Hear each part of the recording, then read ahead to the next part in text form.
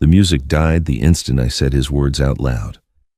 One breath ago, Tech Vision's Family Day sounded like a county fair, kids squealing at the balloon arch, a jazz trio noodling by the buffet paper plates popping in the air conditioning, and then my voice filled the speakers.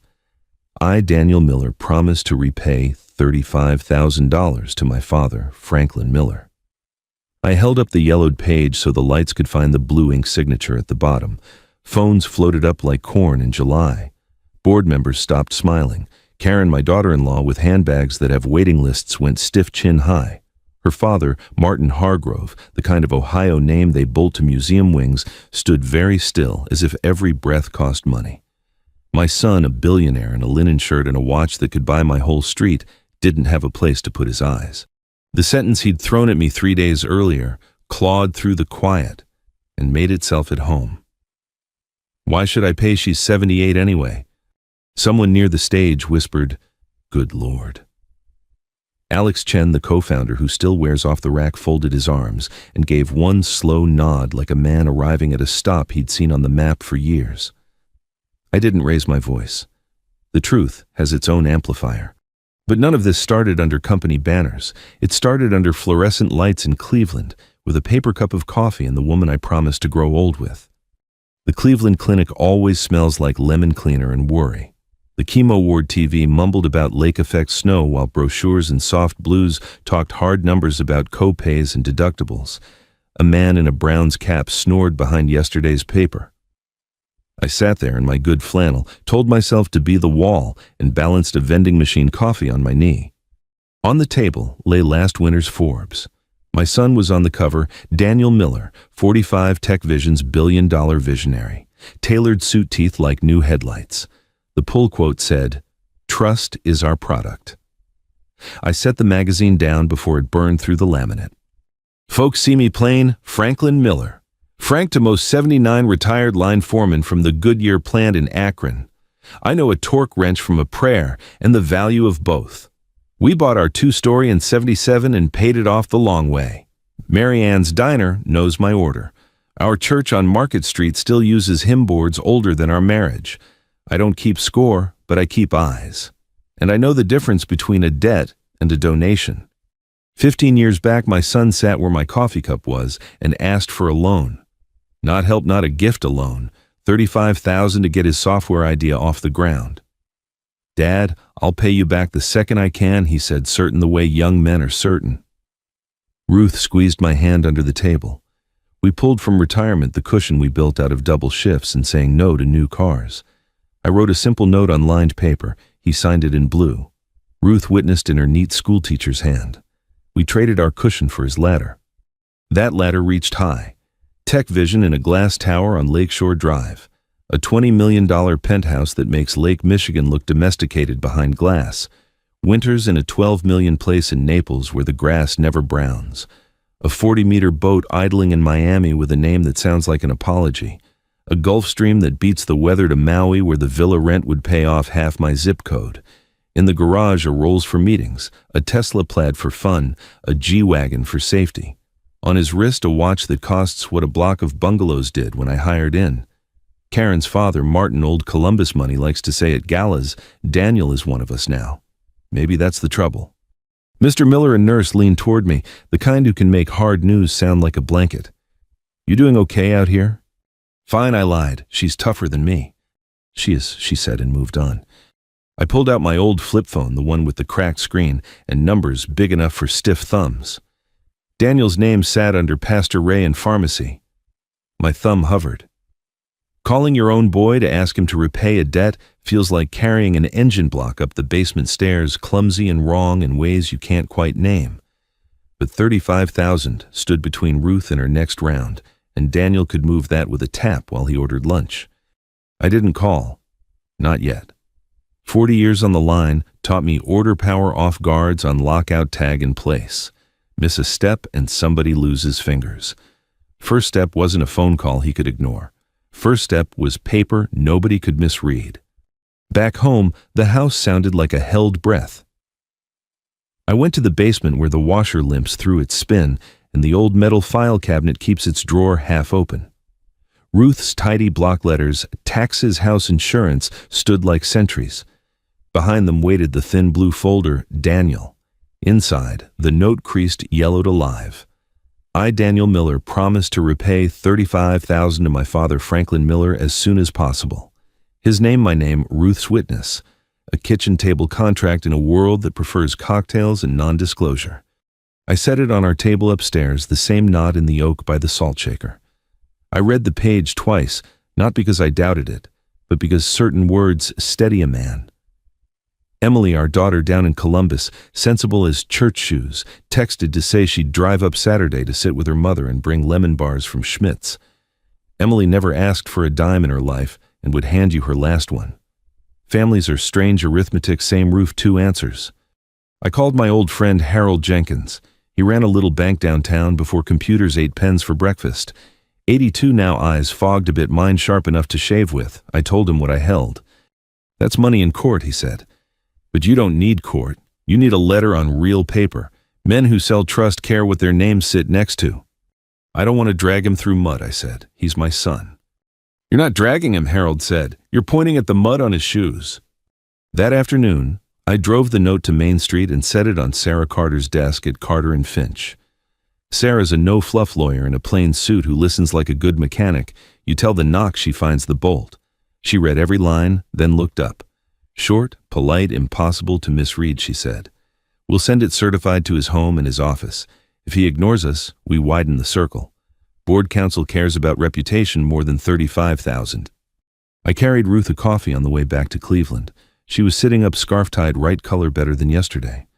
I told her about the letter. "Good," she said, and patted my hand. "He can mishear you on the phone. He can't misread his name." The letter went out. 2 days later, Daniel called.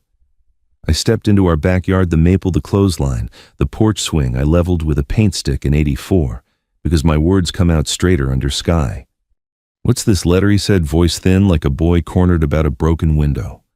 "A reminder," I said, "a polite one." "You sent it to my office. Do you know what that looks like?" "Like a father asking a son to keep his word." He breathed hard. "I'll send something after quarter end. We're flying to Maui Friday. The kids have been promised." "You promised first." "Silence, then the sentence that won't ever wash out. Why should I pay? She's 78 anyway." "Because she's your mother," I said. "Because you're my son. Because you signed." "Don't embarrass me, Dad." "The embarrassment isn't the letter," I said. "It's the debt." He hung up. I stood a long minute with the maple leaves clapping like a slow crowd. That night, a courier brought a packet on Tech Vision letterhead. 3 paragraphs of family matters are private and no admission. I took it back to Sarah in the morning. She set it on her desk like it might stain the wood. "Then we widened the circle," she said. "Board counsel. And because his father-in-law is who he is, I'll copy the Hargrove Foundation attorney. Old money hates messy money." On the evening news, a ticker rolled across Daniel in a tux at a gala Tech Vision Family Day, Saturday, 11 a.m. I looked at Ruth knitting tiny caps for babies whose mothers are children themselves. "Do you have it in you for me to be gone a day?" I asked. She didn't look up. "Take the paper," she said. "Remind him that altitude doesn't shrink promises." I bought a Greyhound ticket at the library computer because my thumbs don't trust our desktop. I packed a clean shirt, my good shoes, and the blue folder. Before dawn, I kissed Ruth's forehead. "Be steady," she said. "I will," I told her. "Careful's how we got this far." I left before sunup with the blue folder and a clean shirt, locked the door, and walked into an Ohio morning that smelled like wet leaves and last night's rain. Ruth stood in the porch light with her robe wrapped tight, small and steady as a lighthouse. "Be steady," she said. I promised I would. The Greyhound station was half asleep, fluorescents humming, a janitor nudging a mop along the tile coffee that tasted like cardboard and comfort. A young man in a hoodie argued softly about a missed connection. A woman my age tucked a quilt around her husband's knees like she'd done it all her life. We climbed aboard and found our squares of quiet. The bus hissed, shouldered itself onto the highway, and the dark thinned to cornfields. I didn't read. I watched barns and silos slide by small towns, with water towers spelling names like prayers. Every few miles, a church steeple. Every dozen, a fireworks billboard. The sky widened toward Indiana and got that washed blue color you only see when the sun means it. Somewhere outside, a rest stop shaped like a plastic cow, my flip phone buzzed. A text from Sarah Board Council acknowledged. Family day still 11 a.m. You're ready. Short, polite, impossible to misread. I thumbed back thank you and pocketed the phone. The man across the aisle caught my eye and nodded. He wore a union cap from a plant in Toledo. Heading to see family, he asked. In a manner of speaking, I said. He smiled like he knew there were kinds of family you see and kinds you fix. Safe travels. We rolled into Chicago after lunch. The skyline rose like a promise somebody else wrote Glass-Steal money playing dress-up. The air smelled like exhaust and coffee in the lake. I checked into a motel 2 train stops from downtown. The clerk slid me a key with a smile that said he'd seen men like me arrive with folders before. I set the folder in the nightstand like scripture and sat on the bed until the room stopped tilting. I called Ruth. She sounded stronger than I expected. Eat something green, she said, and keep your voice low until it needs to be loud. Yes, ma'am. I walked to a diner on the corner and had meatloaf that tried hard and mashed potatoes that didn't need to. A waitress with a city voice called me honey and kept my coffee cup from going dry. I wrote a few lines on a napkin, then crossed them out. I wasn't there to make a speech. I was there to say the plain thing plain. At dusk, I took the train to the river and stood on a bridge while tour boats narrated other people's success in a cheerful voice. Wind cuffed my collar and carried the smell of water and hot breaks. Up in the glass, I imagined a penthouse where Karen arranged flowers for a table that seated more people than our kitchen could hold.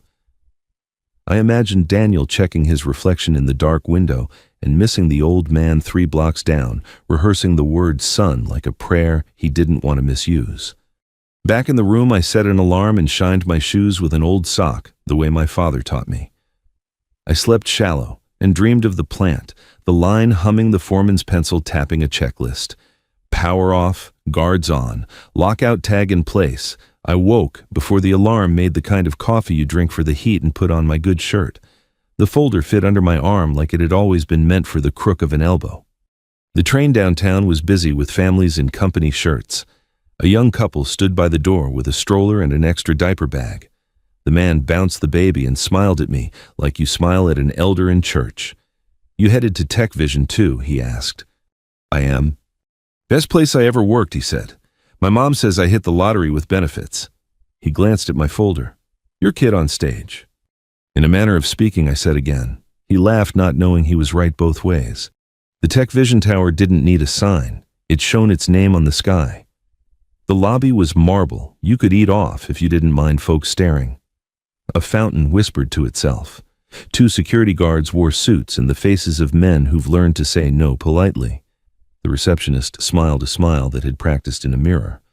Family day, I said. 2nd floor, sir. Elevators to your right. She handed me a lanyard with a guest badge and a tote bag that said, Together. I didn't take the tote. The 2nd floor looked like a county fair that had learned manners balloon, arch streamers and honest-to-God jazz trio earning their keep near a buffet that smelled like money and smoked meat. Kids ran past with face paint. A magician pretended a foam ball was a miracle. Banners the size of billboards said innovation, trust, family.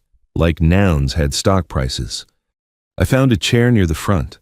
The folder sat warm on my knee. I looked at my watch and realized I'd been early my whole life. It's a plant habit. If you're on time, you're 10 minutes late. Mr. Miller, a voice said. I turned and saw Alex Chen. He was a little grayer suit, still more practical than perfect tie, slightly off because his hands did real work. He shook my hand with both of his. I figured you might come, he said. You saw the letter, I said. He nodded. We all did. I'm sorry it came to this. It didn't come to this, I said. He rode to this. I glanced at the stage. I just met him at the station. Alex rubbed a thumb along his tie like he wanted it straight for the pictures. He's good at building, he said. He forgets to look at the foundation sometimes. Before I could answer, the room shifted the way a field does when wind hits it. Heads turned toward the entrance. Karen came in first, perfect dress hair that had probably cost a mortgage payment to look effortless. Behind her, Martin Hargrove walked like a man who knew doors opened for him before he reached them. His blazer was old money blue. His face didn't show a spare movement. Staff made space without being asked. Karen saw me. She aimed straight for my row heels, biting the floor. "Mr. Miller," she said, brittle polite, "this isn't appropriate." "What's appropriate," I said, "is a man paying what he owes. You could have handled this privately." I did. He hung up. She looked at the folder at the stage at a spot somewhere behind me where the problem wasn't. "You'll embarrass him. You'll embarrass all of us." "I didn't pick the stage," I said. "He did when he ignored the kitchen table." Her mouth pinched. For a blink, I saw not the gala queen, but a woman who had never learned what to do when a man like her father raised an eyebrow. That father stepped close enough then that his shadow reached my shoes. "Mr. Miller," Martin said, dry as paper and twice as crisp. A word. We took 3 steps toward the window that pictured the river like a postcard. He kept his hands folded behind his back. "I read your lawyer's letter," he said. "Then you know what's in my folder." "I do. He studied me the way men with wings named after them study a painting they might buy. In our house we pay what we owe. It is the only reason our name survives our mistakes." He turned his head a fraction. "You will have your 35 before sundown. More than that, a trust so your wife's care is never subject to someone's mood. Understand, this is not for Daniel. This is for the grandchildren, so they learn the right slope for their spines." "I don't need rescue," I said. "I need my son to remember his name." "Quite," he said. "And yet sometimes you kick one leg of a table to test the others." He looked back at the room. "When the moment arrives, I will speak. Not for you. For the idea that a promise is still a promise." He left the sentence on the air and returned to Karen, who managed to both nod and flinch. "Did he just?" Alex began. "He did," I said. The jazz cut mid-phrase. A tide of applause rolled toward the entrance.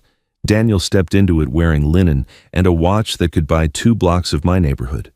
He shook hands without seeing faces, hugged Karen without finding her eyes, lifted his chin at the board, and collected their polite nods like tokens. He took the stage and slipped the mic from its stand like a man who'd rehearsed with a mirror. "Welcome, Tech Vision family," he said, and the word family sounded like he'd rented it by the hour. I felt the folder grow heavier, or maybe my arm grew honest. Ruth's words kept time in my head. "Be steady." Sarah's sentence unrolled like a tape measure, short, polite, impossible to misread. Martin's promise stood at my shoulder like a second spine. Daniel talked growth innovation values, nouns you can hide behind when verbs get hard. He gestured at the banner as if he'd invented trust. I stood. I didn't raise my hand. The aisle made room without being asked. The security guard looked at the board chair, and the chair gave one small nod that said the room belonged to the truth for as long as it needed. I reached the steps. Daniel saw me and lost his patter. "Dad," he said into the microphone, and the word made him sound 12. "We'll talk later." "We'll talk now," I said, and climbed. I didn't take the microphone like a thief. I took it like a wrench I'd held all my life and said the plain thing plain. 15 years ago, my son sat at our kitchen table in Akron and asked for $35,000 to start what you see behind him. He signed a note. I brought it. I opened the blue folder and unfolded the lined paper so the lights found the blue ink. The paper was thin as onion skin from years of being handled soft, exactly where Ruth's fingers used to smooth it. It says, "I, Daniel Miller, promise to repay $35,000 to my father, Franklin Miller, as soon as possible." I kept it chest high, no theatrics, just daylight. Last week when I asked for that money so his 78-year-old mother could stay on schedule for chemo, he told me she was 78 anyway. The words didn't need to be louder. They slid across the speakers and settled over the room like a cold front. Somewhere a child hiccuped. The jazz trio put their instruments down. The Banner Innovation Trust family made a quiet ripple in the air conditioning and looked like it wished it were verbs. Daniel reached for the page palm open like we were passing a dinner roll. "Dad, give me the..." I moved my hand an inch and his reached at nothing. "You'll get your turn," I said, and I heard the foreman I used to be. Karen took the steps in 4 hard clicks of her heels. Up close, her perfume smelled like a hotel lobby and her smile was gone. "Mr. Miller," she said, polite like a blade, "this isn't appropriate. This is a company event." "This company was born on a kitchen table," I said. "Seems right to open the ledger in public since the debt won't answer in private." $35,000, she said. And there it was. The number that mattered to her was not the same as the cost that mattered to me. "Do you understand what a scene like this costs?" I understand what chemo costs, I said. She drew a breath to say something sharper, but a dry voice behind her cut the air. Karen. Martin Hargrove stepped up with the quiet gravity of a courthouse.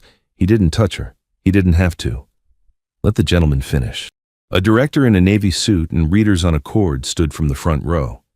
Mr. Miller, he addressed me crisp but not cruel. The board did receive correspondence regarding your claim. For the record, I said, my son signed his name. He shifted his gaze to Daniel. Is your father's account accurate?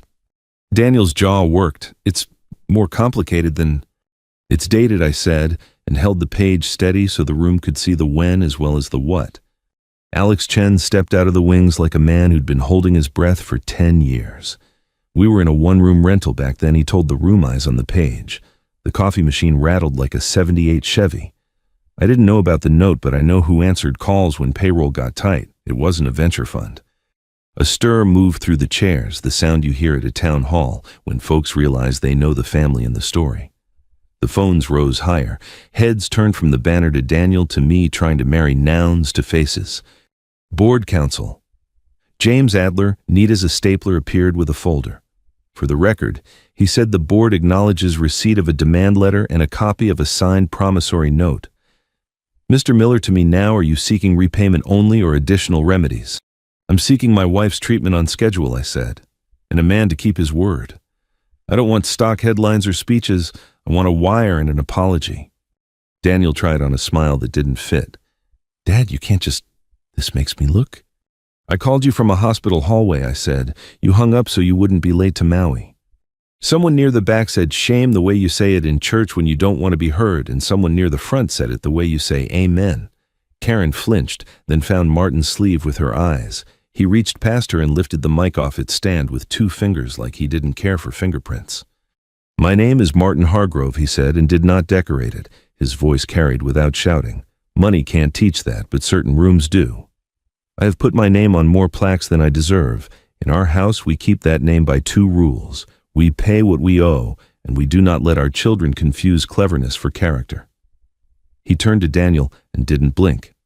Settle this debt now.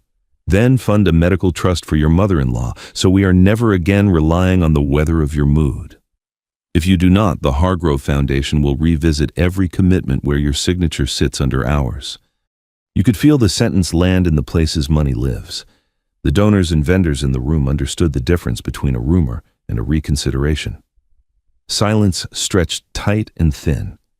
The board chair, Richard Coleman, white hair, winter blue eyes, stepped to the aisle. We'll recess for 10 minutes, he said. And to me, Mr. Miller, if you would provide a copy of that document for the record. I brought 2, I said, sliding a photocopy from the folder. He took it the way a minister receives a folded note at the rail, reverent without being sentimental, and carried it to the huddle forming by the front row. In the low hum that followed, Karen leaned toward me, voice pitched for just us. If you do this, she said, he'll never forgive you. If I don't, I said, I won't forgive myself. She opened her mouth, then closed it, and for a blink I saw a daughter who learned early to read the weather on her father's face. Alex didn't touch my arm, but he stood beside me like an usher at a funeral. If he had paid you at the kitchen table, he said we'd be eating cake right now. We'll eat something, I said, and surprised myself by not feeling mean about it. The board bent their heads together. Adler's pen moved like a metronome. Martin returned the mic to its perch and folded his hands behind his back as if he'd placed something heavy and was making sure the table held. Daniel stood alone on the stage shoulders, high like a man taught to flex instead of bow. He looked from the board to me to the phones and seemed to see for the first time in his life the shape of his name from the outside. I thought of Ruth at our table with her knitting, how she runs the yarn around her finger and makes loops that turn into little caps for babies she'll never meet. I thought of our daughter Emily driving up I-71 with lemon bars covered in plastic wrap and the radio too loud. I thought of the $35,000 that looked like a mountain from a plastic chair and like a tip from a jet window. Richard came back to the mic with the photocopy in his hand and the decision in his face. Thank you for your patience, he said. In the interest of our employees, our shareholders, and the values to which we have publicly committed, the board requests that Mr. Daniel Miller resolve this obligation immediately and further, that a medical trust be established today for Mrs. Ruth Miller to secure ongoing care. Adler added the bolts. We will circulate wiring instructions and a draft trust instrument within the hour. We further recommend an interim management arrangement for 30 days while we review governance questions. Daniel swallowed. When he spoke, the microphone picked up the paper in his throat. Fine, he said. I'll pay. I'll set up the trust. Applause came like a town meeting when a pothole finally gets filled, not joy, but relief. A young engineer in the third row wiped his eyes with his wrist. An older woman in HR nodded once satisfied. The jazz trio didn't try to make the room forget itself with music. They knew better. I folded the original page along its old crease and slid it back into the blue folder. I didn't feel triumph. I felt the clean emptiness you get after you've lifted something heavy off a shelf and set it where it always belonged. Thank you, I said into the mic. Now call the bank. Karen stared at the floor. Martin gave me one small soldier's nod. Daniel, my boy, who had learned to land planes and land deals, stood very still and learned, maybe for the first time, how to land a promise. A folding table appeared as if summoned by shame. Board counsel Adler, neat as a stapler, cleared the swag off it and set down a laptop, a stack of forms, and a pen that looked heavy enough to anchor a boat. The banner behind us kept saying, Innovation Trust. Family, like it was practicing. The stage lights felt hotter than they had 10 minutes ago. Richard Coleman, winter hair, winter eyes, addressed the room. We'll handle the mechanics quietly, he said, and that was the kindest lie of the afternoon, because nothing here would be quiet again. He nodded toward the far wing. Security opened a side door to a glassed-in conference room with a view of the river and enough chrome to blind a sensible man. We walked in a line, Richard, Adler, Daniel, me, Alex, a step behind Martin, bringing up the kind of rear that needs no introduction. Karen hovered until Martin's dry voice fixed her in place. You may wait with the children, he told her, gentler than his eyes. Inside, the door clicked soft as a threat. Adler slid forms across the table. 2 actions, he said, efficient but not unkind. 1, immediate wire in the amount of $35,000 to Mr. Franklin Miller. 2, establishment of a medical trust for Mrs. Ruth Miller. He tapped a paragraph. We've prepared an initial funding target of $250,000 with an option to increase automatically if treatment requires. Daniel stared at the page like it was in a language he spoke only in emergencies.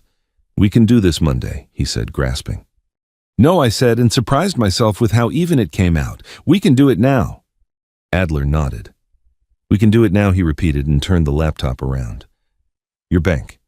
Lakeshore Trust, Daniel said, voice low. Adler's fingers flew. He slid the laptop across the table to Daniel. Credentials. Daniel logged in with hands that had steered planes and acquisitions and couldn't quite steady themselves for numbers. The screen bloomed with balances that looked like addresses. Adler created a new payee, Franklin J. Miller. He asked for my routing and account numbers.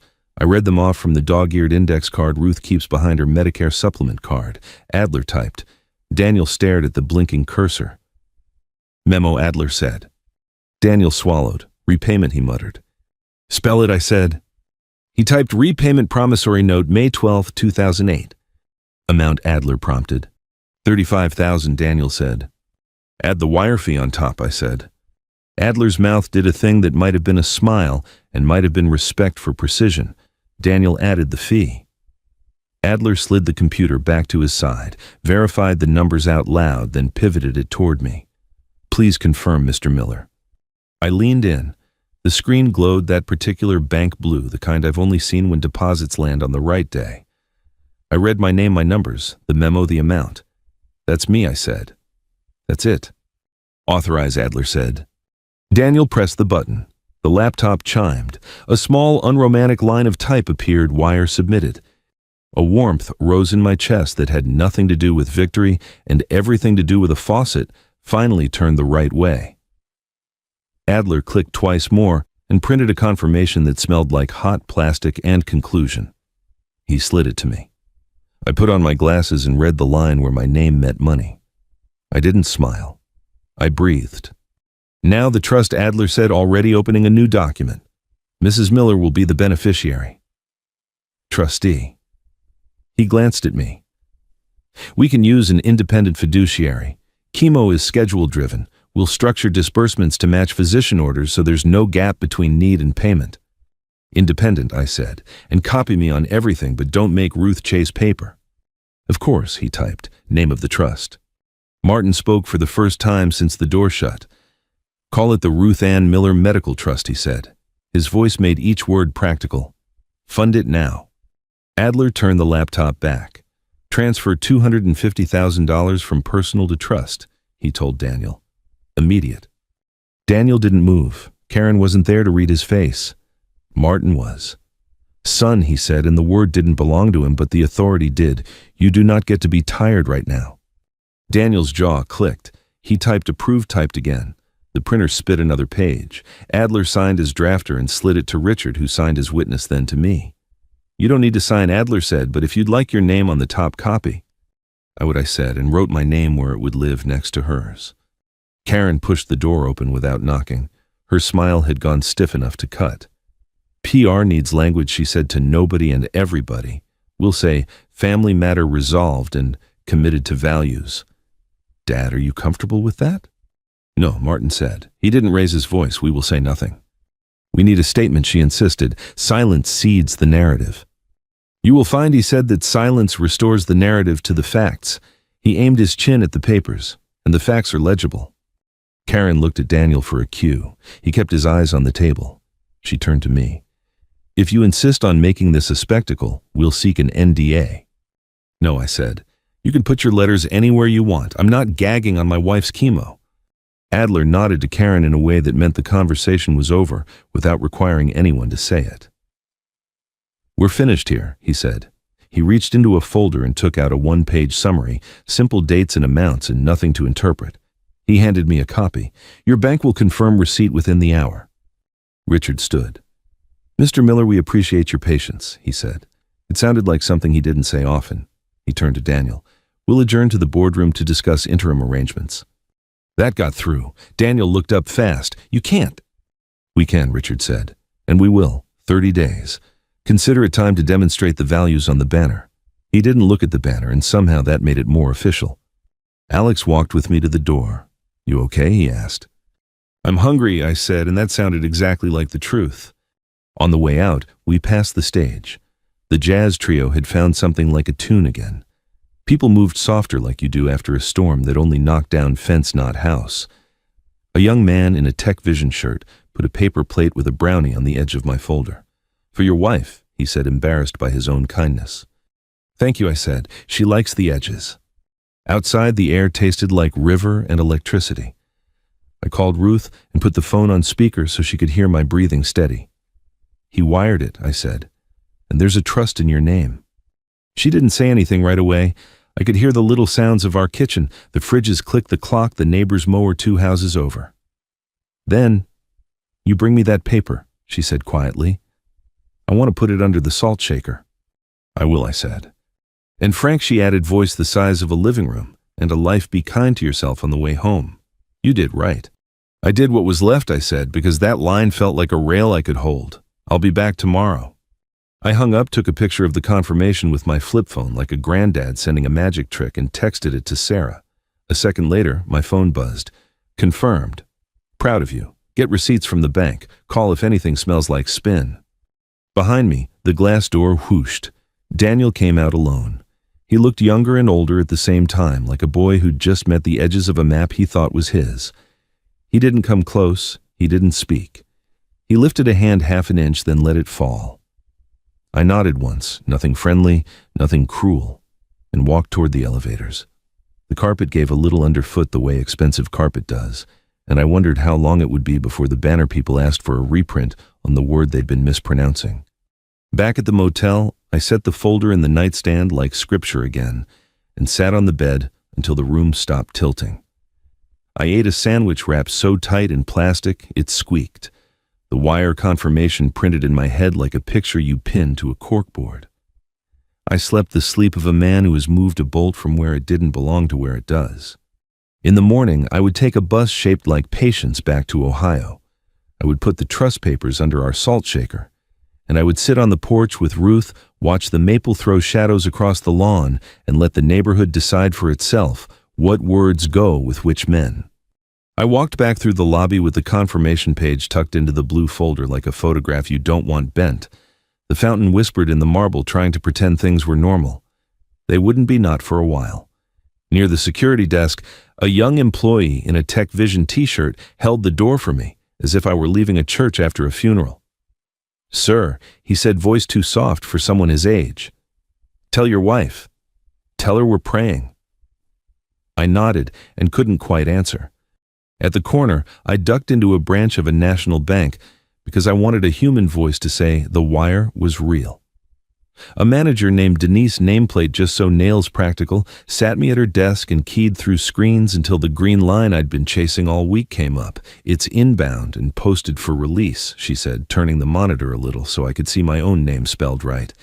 "You'll have it by close of business earlier if their bank pushes hard." "Looks clean, Mr. Miller."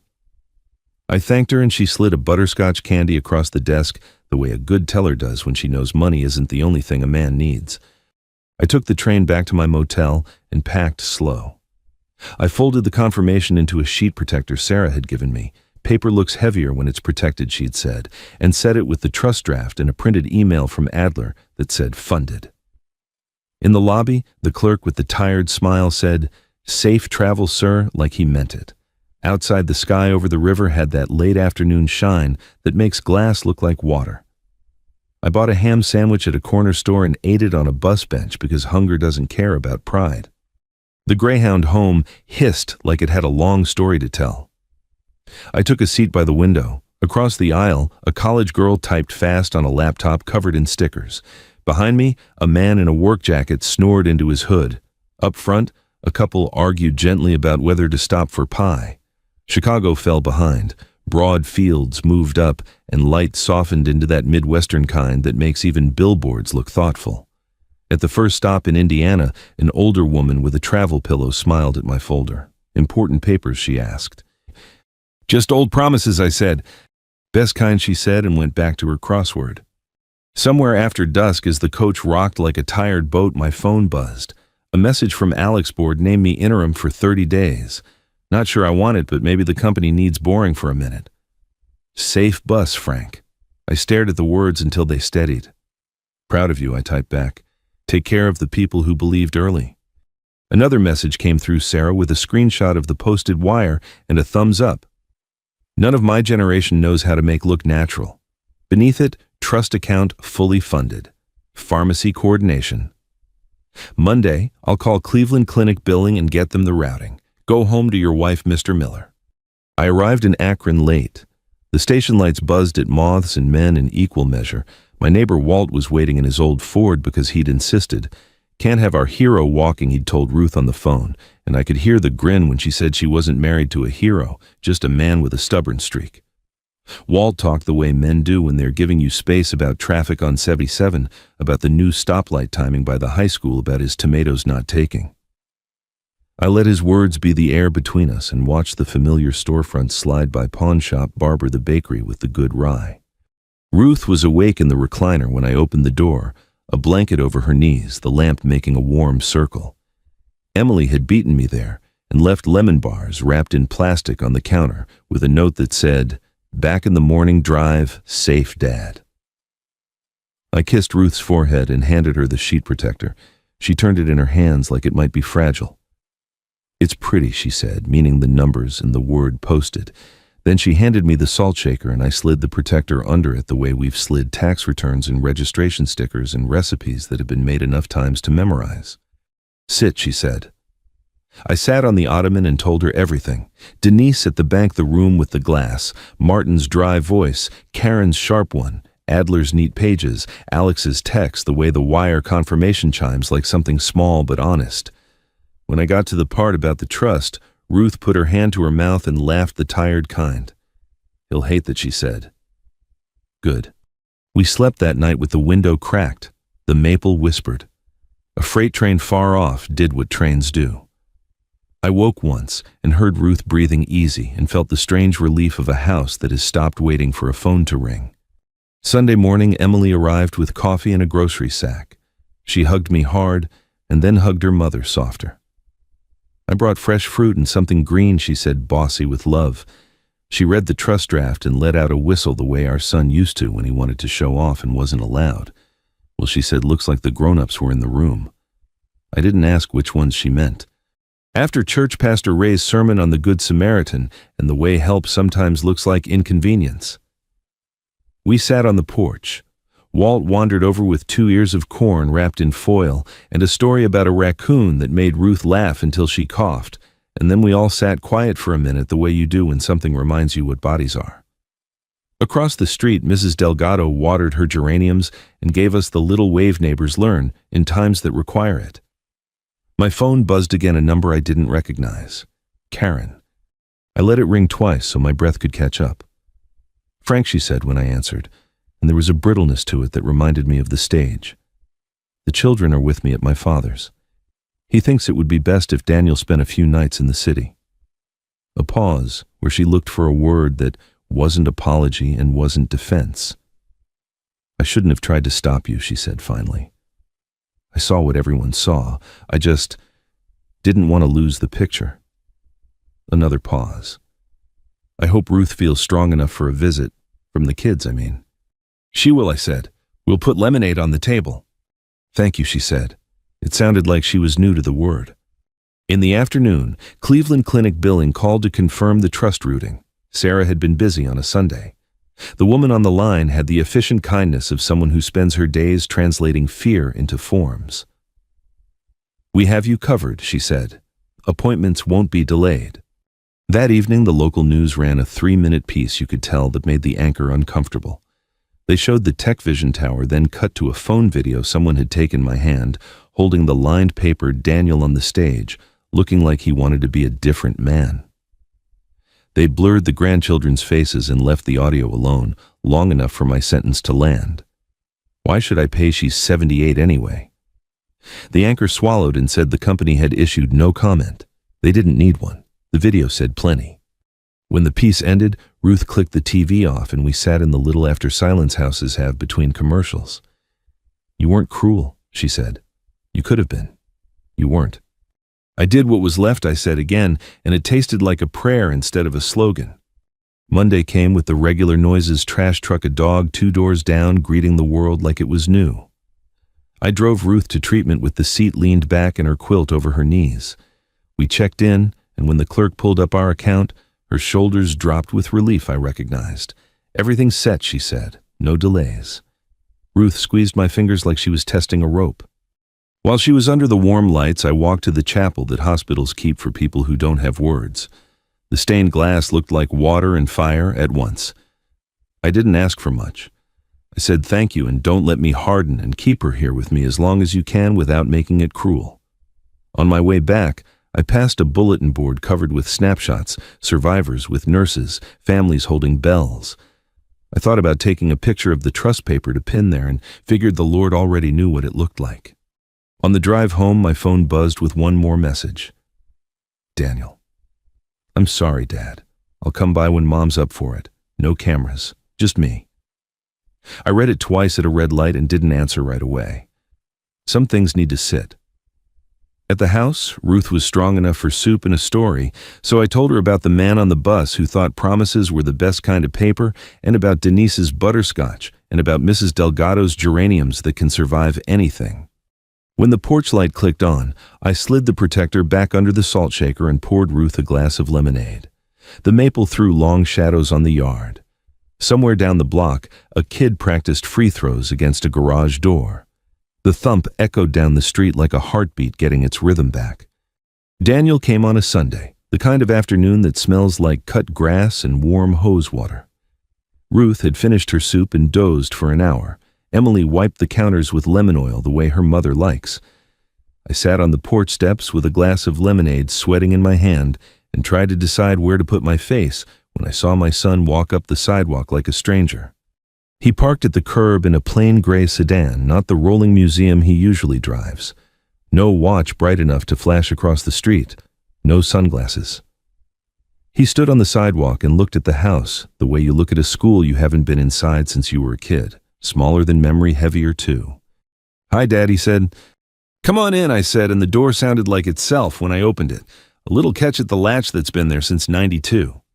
He stood in the living room, hands in his pockets, eyes catching on the old photos Ruth and me on our wedding day, with hair we don't have, Emily and him in Little League uniforms, the one of Daniel at his college graduation with his arm thrown over my shoulder like it would always be easy. Ruth shifted in her recliner, adjusted her scarf, and smiled without standing. "Hey there, Danny," she said, using a name he left behind with his first apartment key. "Hi, Mom," he said. His voice scraped. He took 2 steps and then stopped as if there were a line taped on the carpet. "You look good," he tried, then corrected himself. "You look like you." "I feel like me," she said. "Sit down before you fall down." She patted the couch cushion beside her. He sat. Emily carried in lemonade and set it on coasters he made in shop class, the ones with the uneven varnish. She squeezed his shoulder and said, "You staying for supper the way older sisters do when there's more to say later?" "I can," he said. He looked at me. "If you'll have me." "You can eat," I said. "Talking comes with it." He nodded and reached into his jacket. For a second, I thought he'd bring out a contract, and my stomach climbed 2 rungs on a ladder I didn't want to be on. Instead, he set a plain white envelope on the coffee table. I wrote something he said because I don't trust my mouth. He slid it toward Ruth. Her name was on the front in his handwriting from 20 years ago. The loops the same, the pressure deeper. She didn't open it. She laid her hand on top of it like a small book. I said a thing on the phone. He went on eyes on the carpet and then had the nerve to pretend I didn't. I thought being numb made me efficient. It just made me cruel. "I'm sorry." He looked up at Ruth. "I'm ashamed." She studied his face the way mothers can still read their boys' weather. "We're not collecting shame," she said gently. "We're collecting better." He swallowed. "The board put me on leave for 30 days. Alex is interim. I'm not fighting it." He gave a tiny smile that had nothing to sell. "Turns out the company won't die without me." "Most things worth keeping won't," I said. He nodded. "I met with Mom's doctors yesterday. Adler arranged it. The trust is set up so invoices route straight to Cleveland in the pharmacy. No delays. If they need more, we'll add more without waiting on me to say yes." He glanced at the hallway. "I want to pay for a home health nurse on infusion days, and we should put grab bars in the bathroom, fix the step by the back stoop. I'll have someone here this week." "You'll do it," I said, "and you'll send me the names before they come through the door." Of course. He reached into his jacket again and brought out a frame. Inside was a photocopy of the promissory note, the edges straightened, the crease still visible like a scar. "This," he said, "is going on the wall in my office when I go back. First thing you see when you walk in. Or I'll put it in the kitchen if Karen prefers. Either way, I'm not hiding from it." "Wise men keep their reminders where they trip over them," Emily said from the doorway. The phone on the end table rang. I picked it up and heard Karen before she remembered to make her voice soft. "Frank," she said. "I wanted to say I'm—" She stopped, then started again, smaller. "I'm sorry." I tried to keep the picture together. I forgot the frame matters. "It does," I said. "Bring the kids by when Ruth has her good day. We'll make them lemonade and let them run the yard." "Thank you," she said, and the words sounded like new shoes that fit. After we hung up, Ruth tapped the envelope with 2 fingers. "Danny, you'll read this to me later," she said. "Not because I can't, because I want to hear your voice when the words are right." He nodded. His eyes shined, and he didn't wipe them. I watched the boy I taught to throw a ball sit with his hands open on his knees like he was waiting to be told what mattered. Some things you can still teach at 45. "Here's what matters," I said. "You'll be here Thursdays when she wants company. If you can't, you'll call and not 5 minutes before. You'll meet the nurse you're paying for and learn her name. You'll drive your mother to one appointment this month and sit in the chemo room without checking your phone. And when you go back to that tower, you'll remember that every dollar in it has somebody's kitchen table under it." He nodded at each line like he was taking an oath. "Yes, sir." Emily brought in a bowl of green beans and set it between Ruth and Daniel. "Shell these," she said. "Quiet work, good for listening."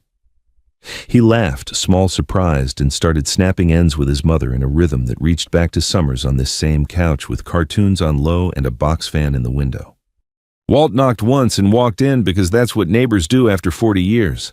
Brought a pie," he announced. "Cherry, not store. I won't lie and say the crust is your mother's, Ruth, but it won't shame us if we eat it on the porch." He saw Daniel and stuck out his hand. "Heard you did some signing yesterday," he said. Not bad for a right-hander. Daniel stood. Yes, sir, he said and shook like he meant it. Walt gave me one quick eye that said you did right and set the pie on the counter like a man setting a cornerstone. We ate early meatloaf from the freezer Ruth had labeled in her neat hand, corn Walt had grilled in foil, the pie still warm enough to steam. Nobody said grace out loud, but the room had the feel of it. Afterward, Daniel rinsed plates without being asked and dried them with the dish towel that says, "Bless this mess." He stacked them the wrong way. Ruth rearranged them when he wasn't looking. As evening cooled the porch, the grandchildren tumbled up the walk with Karen 10 steps behind. The little one's hair smelled like pool water and sunshine. The older one held a drawing of a rocket ship with a square house under it. Our house, he said, pointing, with a porch. We have one of those, Ruth said. You want to sit on it? They did. Karen sat too, knees tight, then looser. She looked at Ruth. You have my number, she said. Use it. Ruth patted her hand. We didn't talk about the boardroom or the mic or the sentence that had emptied the air.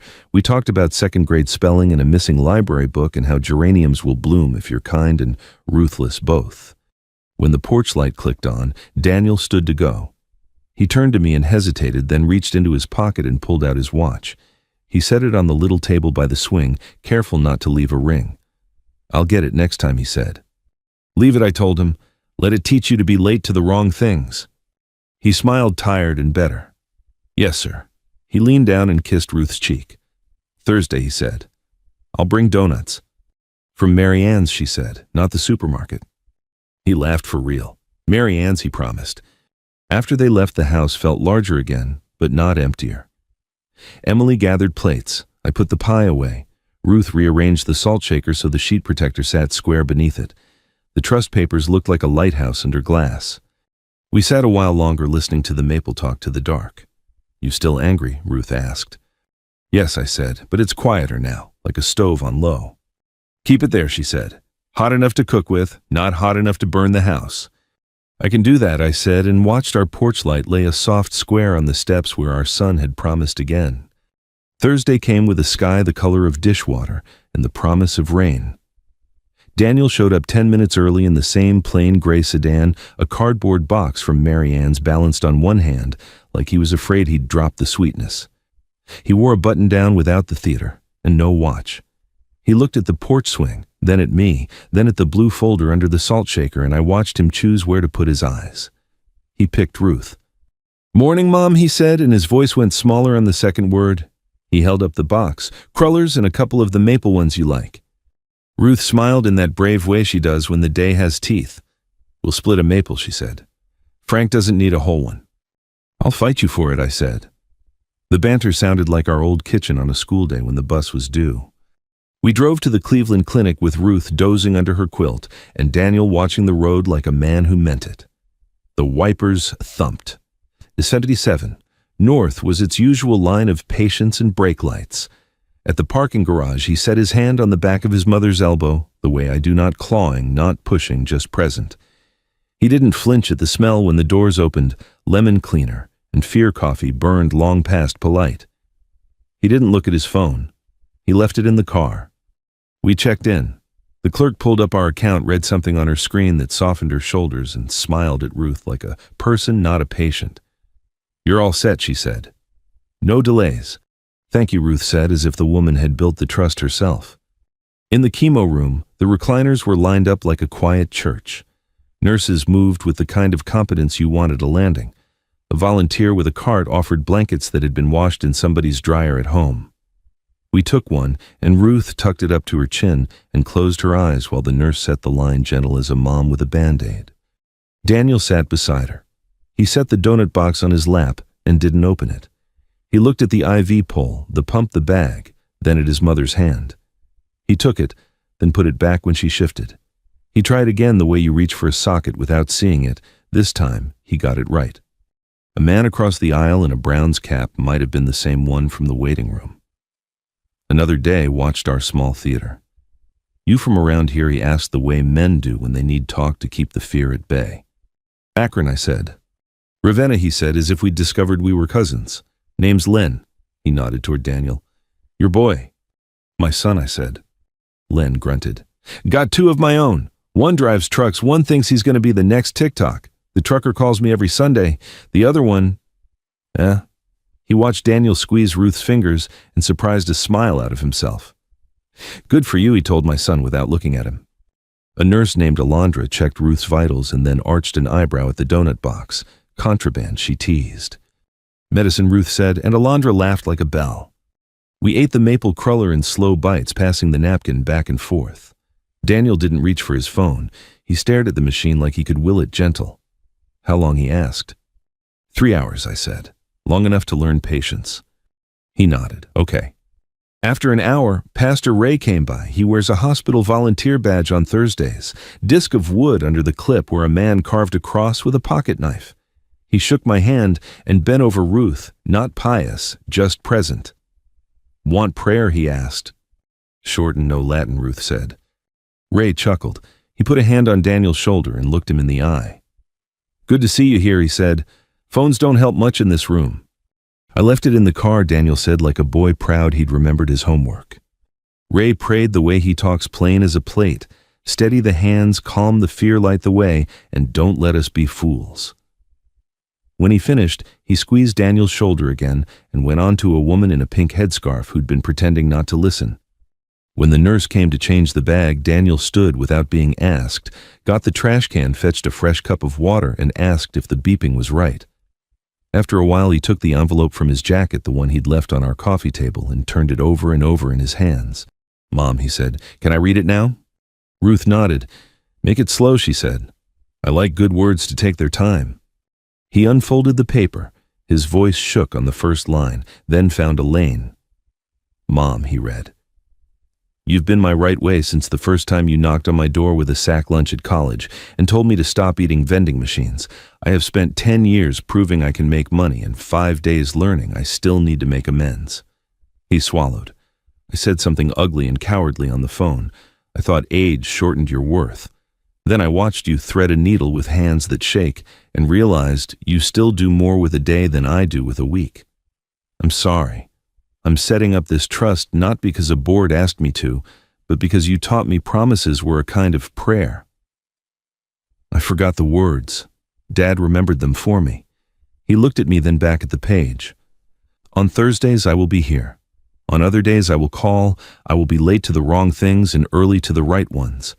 When I go back to work, the first thing people will see on my wall is the note I signed at your table. If I forget, I want everyone to remind me. Ruth had her eyes closed by the end, not in sleep, but in that kind of listening that becomes a kind of keeping. That's a good letter, she said. You'll bring it again when my head's less full. I will, he said, and slipped it into the inside pocket of his jacket like something that could break. 2 recliners down, a woman in a Buckeyes sweatshirt said, I like that bit about being late to the wrong things. Her husband nodded and looked at his own son, a big kid with a neck tattoo and a tender face. The kid shifted in his chair and reached for his mother's hand. The room got quieter in a way that wasn't just about sound. Around hour 2, Alex texted me a photo of a whiteboard in a Tech Vision conference room, Employee Relief Fund draft. Under it, someone had written matching 3X and circled it. Boring for a minute is working, he wrote. I showed Daniel. He read it and exhaled. Good, he said. Do it.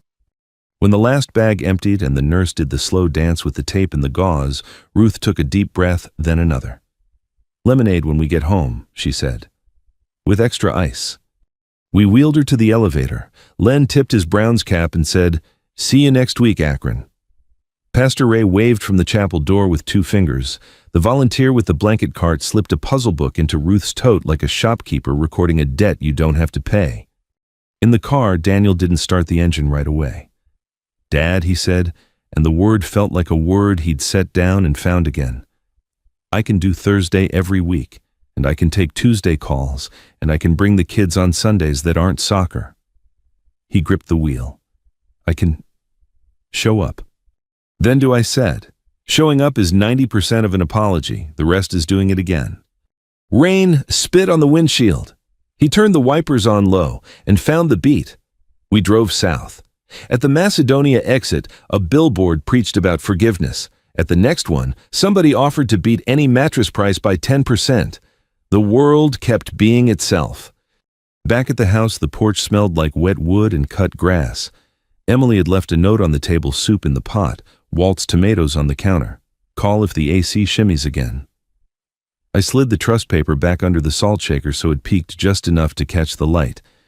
Daniel stood awkward in the doorway like a boy after a first date. "I'll see you Sunday," he said. "With donuts." "Mary Ann's," Ruth said. "Mary Ann's," he promised, and then he looked at the watch he wasn't wearing, smiled at himself, and left his hands empty.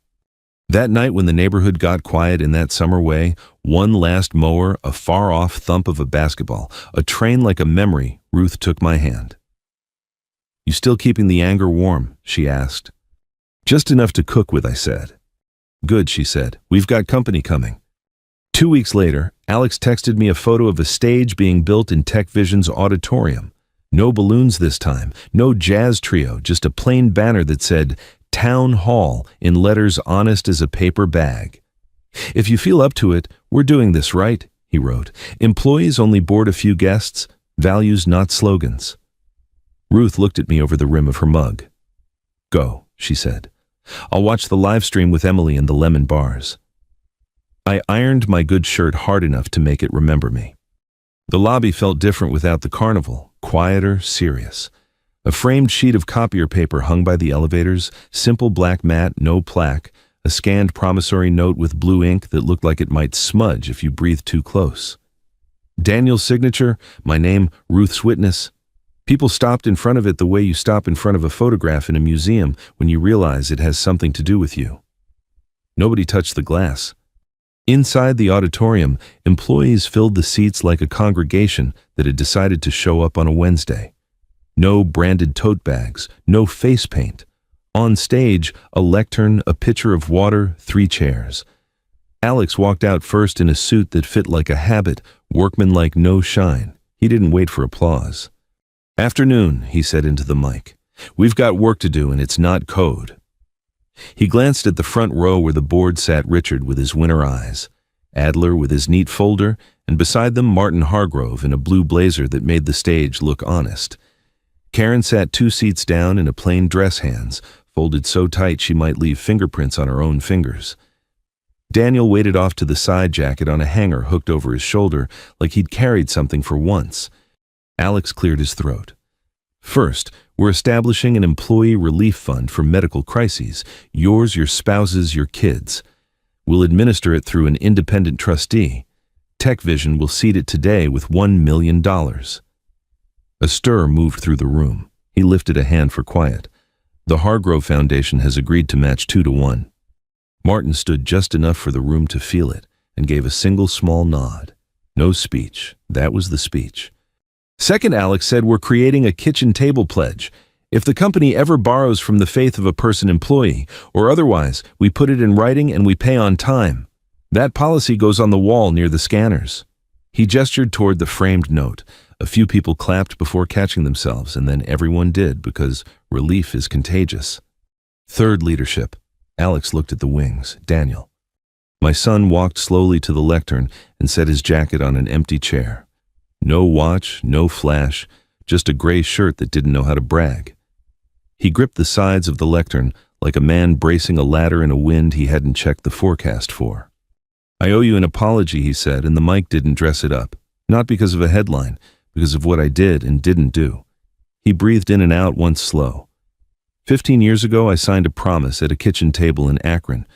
2 weeks ago, I pretended kitchen tables don't count. I was wrong. I'm sorry. He didn't look at the board. He looked out at rows of faces he'd known for years and never really seen. I told my father my mother's age made her worth less. That sentence will follow me the rest of my life, and it should. So will this: I'm going to be late to the wrong things and early to the right ones. He let go of the lectern like a man testing his legs. I've asked the board to remove me as chair. I'll step back from day to day for now. If I return, it will be as a builder under Alex, not above him.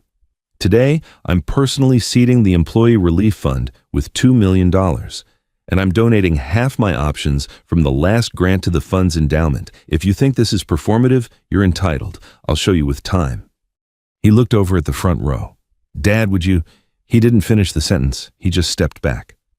I'm not a man for microphones, but I stood because the room needed a small bolt, tightened, not a new beam. I walked to the lectern and rested my palms on the edge. The wood was warm. I'm not here to rub a nose in anything I said. I'm here because I know something about machines. Big ones fail when small bolts rattle loose. Promises are bolts. You keep them snug, the whole line runs straight. You let them shake pretty soon. You're sweeping up parts. I nodded toward the framed note outside. That's a small bolt. You saw what happens when it goes loose. I took a sip of water, because men my age think better if we pause long enough to listen for objection. None came. I worked 40 years at a plant where we punched a clock and meant it. If you borrow from your dad, pay him back. If your mother's in a chair with a line in her arm, you show up. If you lead, you remember how you got to the front. That's it. I pierced the room a second and found faces nodding from habit and relief. I'll only ask one thing of you. When you walk past that frame in the lobby, don't think about my son's mistake. Think about your own promises. Keep them snug. I stepped back. No ovation, just the kind of applause you hear at a school board meeting when a motion passes that ought to. It felt right. Karen stood in her plain dress. She didn't take the mic. She turned to the room and bowed her head, a fraction a gesture from some old book of manners that meant I was wrong too. Then she sat, eyes shining, hands no longer strangling themselves. Martin rose as if someone had asked him to confirm a fact. He came to the lectern and spoke in a voice that remembered oak tables and minutes written in ink. When my father made me sign my name to a debt, he said he told me, "Write it like a man who plans to read it in a mirror." He nodded toward the lobby. Now we all have a mirror. Use it. He looked at me. Mr. Miller, thank you for the loan your family extended to this company. Consider this gathering an interest payment late, but not worthless. He sat down to the kind of sound a room makes when it chooses to stand together. Alex closed the meeting. Back to work, he said. We've got software to ship and people to care for. You can do both. Afterward, people filed past me the way townsfolk file past a casket and a casserole line. Soft words, firm handshakes, a few quiet tears that had nothing to do with me and everything to do with their own kitchen tables. A young woman with a baby bump under her Tech Vision hoodie said, "My dad fixed combines." He said the same thing about bolts. A man with calluses under a dress shirt said, "My mother's in chemo too." Thursdays. We nodded like kin. In the lobby, I stood in front of the frame and watched employees do the same. Nobody took selfies. A custodian with a cart paused, read the blue ink, and went on. On the elevator door, a new sign had been taped with painter's tape, "Crooked Kitchen Table Pledge Draft." I smiled because drafts are where honesty lives. Back home, Ruth had watched on the couch with Emily and the lemon bars. When I came through the door, she was brighter-eyed than she'd been in weeks. "He did all right," she said. "Not perfect, just right enough." "That's a start," I said. She patted the cushion. "Sit. Tell me how the room smelled." "Dust and coffee and decision," I said. "That's church," she said, and laughed slow and sweet. She adjusted the salt shaker so the edge of the trust paper caught the lamp. The porch light clicked on even though it wasn't yet dark, and for once, I didn't get up to turn it off. Let it run. Some lights are meant to remind you before you need reminding. In the weeks after the town hall, the house settled into a new rhythm. Mornings were still pill bottles and toast. Ruth's scarf tied neat, and my coffee the color of old barnwood. But the tension that used to live behind the fridge like a mouse got quieter. Bills didn't stack. Calls came when they were supposed to. On Thursdays, Daniel showed up in the plain gray sedan with a box from Mary Ann's and his sleeves rolled. He learned where the bumpy spot was on 77 North and which garage level had spaces close to the elevator. He learned the names of nurses who wear sneakers and kindness. He learned to carry a blanket draped over his arm like a flag. One evening, he and Walt bolted grab bars to the bathroom wall while I held the level. Daniel drilled slow and steady, one hand on the trigger, the other bracing the bar. "You don't want to torque it," he said, and Walt grunted in agreement like they'd been fixing houses together for 20 years. Later, he fixed the crumble on the back stoop with a bag of mix and the kind of patience you can't buy. I watched him trowel the edges smooth and thought about how even a man who loves speed can learn to smooth corners. Karen came with the kids on Sundays that weren't soccer. She wore plain dresses that didn't flash and brought a casserole that wasn't catered. The little one drew our house with a porch and a flag and 5 stick figures holding hands. The older one played horse, with Walt's grandson in the driveway and lost without complaint. When the kids ran the yard, Karen sat on the swing with Ruth and talked about nothing, the best kind of talk. Sometimes she glanced at the blue folder under the salt shaker and then looked away, as if she'd decided the papers would mind themselves, as long as we minded our manners. On a Tuesday, Emily took Ruth to a wig shop run by a woman who'd done this 100 times for 100 mothers. They came home with something that looked like Ruth if you caught her laughing in a window. Emily set it on the stand and we all pretended not to stare. "Feels like wearing Sunday," Ruth said, and I understood. The Employee Relief Fund at Tech Vision started shipping checks. Alex sent me a photo of a bulletin board near the cafeteria where folks had tacked thank you notes next to the rules for microwave use. He sent a screenshot of a spreadsheet with names clipped for privacy hospital miles. Paid medicine covered a hotel near an ICU. "This is the best code we've shipped," he texted. He meant it. The framed promissory note in the lobby gathered fingerprints, but not on the glass. People stopped and stood with their arms crossed or with a hand on a hip or with their lunch bag bumping their knee. They didn't take selfies. They read blue ink and went back to their floors a little straighter. Martin sent a short card on thick paper. "We pay what we owe. My father would have liked you, Mr. Miller. I put it in the drawer with funeral programs and good report cards." At church, Pastor Ray looked tired in the good way. He added a line to the prayer list. For the people who need help and the people who are finally learning how to give it. He stopped by our pew after the benediction and bent to Ruth's ear. "The choir's missing a soprano," he said. "When you're ready." She smiled and patted the hymnal like a cat. One rainy Thursday in late fall, the clinic wheeled out the brass bell. Ruth had finished another round. Not the last, just a milestone worth medal. Alondra, the nurse with the laugh, stood beside her with a grin that made the room warmer than the heat could. "You know how it works," Alondra said. "Ring once for the past, twice for the present, 3 times for every mile you didn't think you could finish." Ruth looked at me. I nodded. She wrapped her fingers around the rope, drew a breath, and rang it once. Her smile broke in a way that belongs to women who have earned it. She rang twice, eyes closed, like prayer. She rang a 3rd time, and Len in the Browns cap wiped his face with his sleeve and said, "Get it, Akron." Daniel stood off to the side with his hands in his pockets and his jaw set as if he'd promised to hold steady until the bell stopped vibrating. Outside, I bought lemon ice for the 3 of us from a cart that parks by the curb when the weather cooperates. We ate it in the car with the windows cracked and the wipers slapping slow. "Tastes like summer," pretending Ruth said. Daniel laughed, honest and relieved, and flicked a drop off his chin with his cuff. On the way home, we drove past the ball fields where he learned to swing and miss and swing again. The chain link still rattles when a storm rolls in. "Remember when I cried because Coach benched me," he said. "You told me to sit taller on the bench than I did at the plate." "You did," I said. "Coach asked me later why you looked proud to be sitting."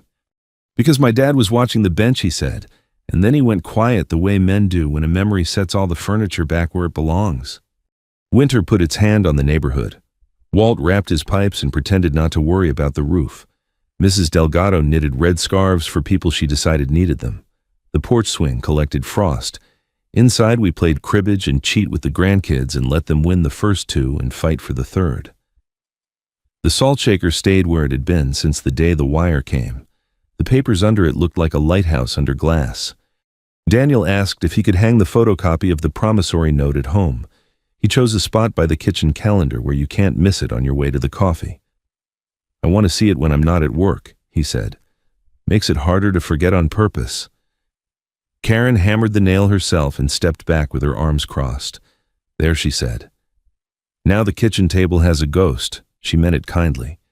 By New Year's, the board made Alex CEO for the year and asked Daniel to come back under him to build the product he used to brag about building. Daniel said yes and kept saying it every morning. He told me it felt good to be a builder again. "The chair's too tall," he said.